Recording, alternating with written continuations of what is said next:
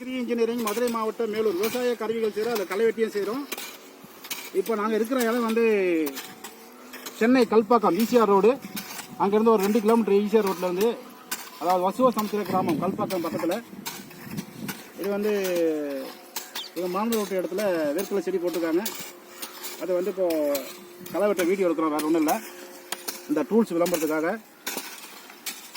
அதாவது 2 இன்ச் அகலம், 3 இன்ச் அகலம், 4 இன்ச் அகலம், 6 இன்ச் அகலம், 8 இன்ச் அகலம் அப்படி களை வெட்டி இருக்குது. இதில் வந்து இந்த வேர்க்கலையில் வந்து இதில் தான் போட்டிருக்காங்க, டிராக்டரில் தான் போட்டிருக்காங்க. தரமாக முளைச்சிருக்கு. அதாவது சரியான, அதாவது விதை முளைக்கக்கூடிய பக்குவத்தில் விதை போட்டிருக்காங்க. அதனால் வந்து களையே முளைக்கலை. இன்னும் வந்து களையே முளைக்கலை. ஒரு சில களை இருக்குது.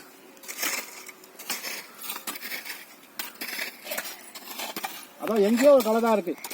அதாவது சுக்கங்காய் செடி, அது மாதிரி ஏதோ ஒரு பூண்டு செடி, அந்த மாதிரி தான் இருக்கிறத தவிர மற்றபடியா எங்கேயுமே களை இல்லை. பாருங்கள், பூரா செடி மட்டும்தான் தெரியுது. விவசாயம் வந்து 45 நாள் களையை வெட்டி மண் அடிச்சிங்கன்னா ஒவ்வொரு பூவும் ஒவ்வொரு விதையாக மாறும். விவசாயிங்க, வேர்க்கலை விவசாயிங்க முக்கியமாக கவனிக்கக்கூடியது என்னென்னா, 45 நாளுக்கு அப்புறமா இந்த பூ பூக்குள்ள, இது பாருங்கள், இந்த பூ இருக்குல்ல, இந்த ஒவ்வொரு பூவும் ஒவ்வொரு விழுது, ஒவ்வொரு பூவும் ஒவ்வொரு விழுது. எத்தனை பூ பூக்குதோ அத்தனையும் காயாக காய்க்கும். அந்த விழுது விடும்போது களையை வெட்டி அதை சுற்றி அந்த விழுது வந்து தரையை டச் பண்ணுற மாதிரி வச்சிங்கன்னா ஒவ்வொரு விழுதும் ஒவ்வொரு காயாக மாறும்.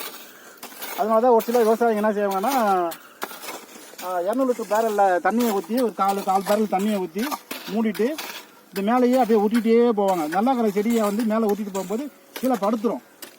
6 மாத காய் சொல்லுவாங்க, கொடிக்காய்.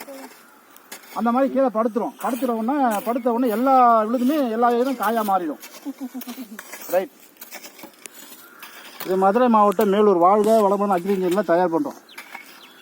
தேவைப்படுற விவசாயிகளை கூப்பிடலாம். நன்றி, வணக்கம்.